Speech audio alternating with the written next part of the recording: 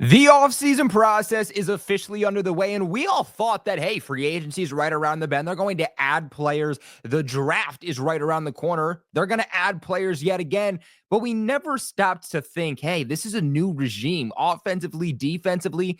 They are going to have to go through this roster and completely get rid of anybody that doesn't fit the system that they're putting in place. And it looks like this is already starting. Patriots defensive tackle Davon Godchaux has officially requested a trade from the New England Patriots, and the Patriots are allowing him to go out there and look for a trade. By the way, for anyone who doesn't believe this is also coming from Mike Reese, who says the exact same thing. From what it sounds like, this isn't the Patriots telling him, hey, we're going to trade you, and Godchaux saying, no, please, I want to stay here. I want to be a part of the Mike Vrabel New England Patriots.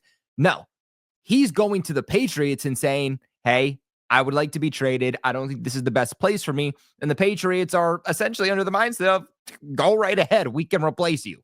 Now, today's video brought to you by BetUS. We'll talk to you a little bit later how you can get an exclusive deal from this. But what a journey it's been from the whole Davon Godchaux situation. It feels like we're here every single offseason where us as Patriots fans have been saying, get rid of him. He is a good person. He's a good locker room guy. He's good depth. But from essentially what they were paying him, the extensions they were giving him year after year, it was so premature. And it got to the point where, honestly, part of why the Patriots have gotten as bad as they have in recent years is because they're going out here and giving bad contracts to players who didn't deserve it. The contract that Davon Godchaux was given on several different occasions warranted a guy who was a key staple to this defense, not a rotational piece that in reality he was. And the fact that we sat here right before the start of the 2024 season saying that he was holding out of training camp because he wanted a contract extension, and Elliott Wolf actually went out of his way to give him a contract extension. It was premature at the time. It was a bad move at the time. We all sat here saying it was a bad move at the time, and less than a year later into that extension, they're looking to move on. Hey, man, look, I feel confident saying that the Patriots won that Judon trade, especially looking after how he statistically performed with the Falcons this past season. But I would have much rather gave that money to Judon than I would have extending Davon Godchaux. Now, in terms of his contract, if we go over and look at this, you guys might remember that Godchaux had signed a 2-year extension worth $18 million with $15.6 million in guaranteed money, with a total guaranteed package of $16.6 million, while also receiving a $10 million signing bonus. When I look at his contract, obviously signed for 2025 and 2026, I think that's going to ultimately help the Patriots' value. One, you have to look at the type of player that he is.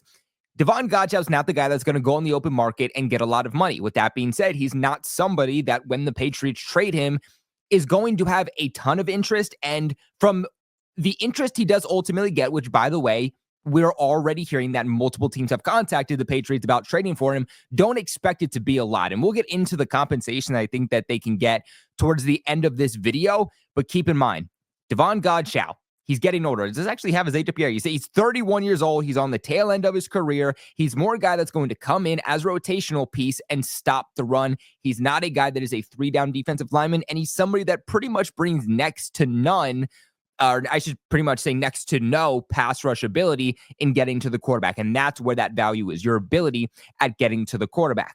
He has a cap hit of $8.3 million in 2025 and a cap hit of $11.8 million in 2026, which is absolutely insane. Now, big thing here, the Patriots cannot cut him. At least they cannot cut him pre-June 1st. If they did that, they would take on $10.6 million in dead money, and they would take on $2.3 million against the cap. They would not gain $2.3 million. They would lose $2.3 million against the cap. For some reason, if, let's say, they couldn't find a trade partner and they just straight up wanted to release him, the way that they could combat losing money against the cap is by making him a post-June 1st trade, or post-June 1st release, rather. This would take on about $7.3 million in dead money while freeing up only about $1 million. Again, that trade that you were looking for. That's what you're looking for as a Patriots fan is, can you get him off the books via a trade, get some type of draft capital back for him? If you do that, you're taking on still about $6.6 million in dead money, but you're freeing up about 1.6. Again, goes back to the extension he got a year ago, something he shouldn't have had in the moment, and now it's kind of biting the Patriots in the butt. Now, in terms of his overall numbers this past season, did not do very good yet again. Believe it or not, this was actually somehow an improvement from 2023, which we'll get into here in a minute. But this past season, an overall grade of 51.6, that was ranked 138th out of a qualifying 219 defensive tackles. His pass rush grade at 55.8, ranked 152nd amongst 219 qualifying defensive tackles. And then his run defensive grade took a big step back. I mean, again, this is a guy that's a big body, supposed to be able to stop the run, and he couldn't do that either. A run defensive grade of 48, which was ranked 135th amongst a qualifying 219. He had 48 solo tackles that actually ranked third amongst 219 defensive linemen, and 19 assisted tackles, which ranked eighth.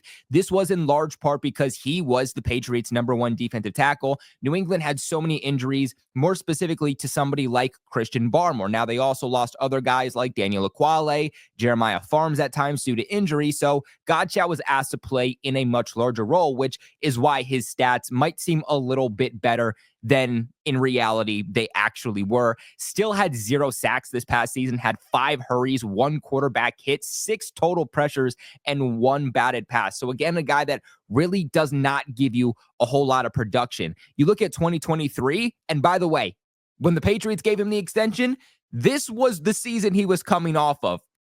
He had a 50.2 overall grade. That was 147th out of a qualifying 215 defensive tackles.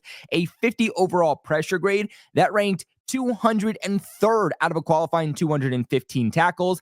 And then a 51.6 run defensive grade, which ranked 119th out of a qualifying 215 defensive tackles. For some reason, Elliott Wolf saw those numbers and said, yeah, this is a guy that deserves a contract extension.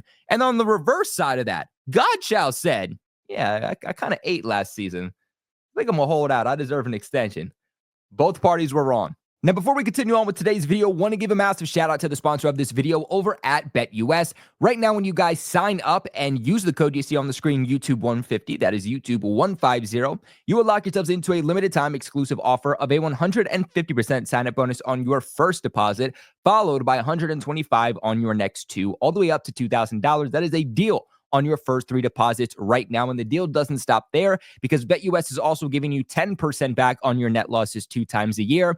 You might be saying the football season's over, and you would 100% be right, but there is still enough time to get in on the action with BetUS, whether it's NFL futures, such as the NFL draft, such as predicting where some of the top free agents are going to land in free agency in just a couple of short weeks, or using it on something that's just not football, NBA, baseball, hockey, horse racing, fighting, politics, entertainment, you name it, and BetUS is going to have it. But play smart, play responsible, never bet more than you can afford to lose. Only do it within your means and to have a little bit of extra fun. If anybody you know or love is dealing with an issue, please make sure you guys reach out and get that proper help you need. But shout out to BetUS. Now, in terms of the overall draft capital, quite honestly, I think that the Patriots are only going to get somewhere between a 5th to 6th round pick. Again, you have to understand that the contract extension that Godchaux got, he did not deserve. So the money that he's ultimately making is well past realistically what he should. Now, some teams, again, will still see him say that he's a veteran. He's somebody who's been with multiple different organizations, and he's somebody whose bread and butter is to be a depth piece, not a #1 guy, but a depth piece that can help stop the run. So again, I do think there's going to be teams that are very interested. I think that ultimately when you look at a new regime that the Patriots are in, offensively, defensively, you look at the fact that Davon Godchaux doesn't want to be here. I don't think this is one of those cases, on if the Patriots trade him. I think it's one of those questions on when do the Patriots trade him.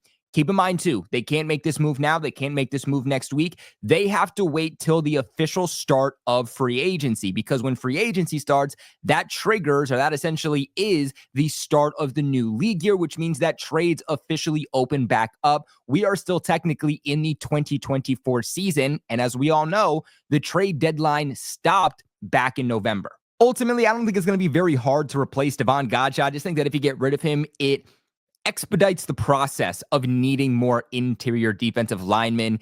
If Christian Barmore even does come back, he's still somebody that you're not really sure how he's going to respond. What do you expect from Christian Barmore coming back from blood clots? The same guy, or is he going to be a little bit altered? If you lose Davon Godchaux, that's another one of the main guys you've had since 2021. Daniel Aquale is expected to hit free agency. They just signed Jeremiah Farms to a longer extension, and quite honestly, that's the guy that I think replaces him. If they want to go out and get an interior defensive lineman around 5 or 6, again, I think they can easily replace Godchaux, but I think the guy whose best chances at doing so are already on the roster with Jeremiah Farms, who quite honestly is already a better interior defensive lineman than Godchaux is. You know what? Elliot Wolf said it himself the best.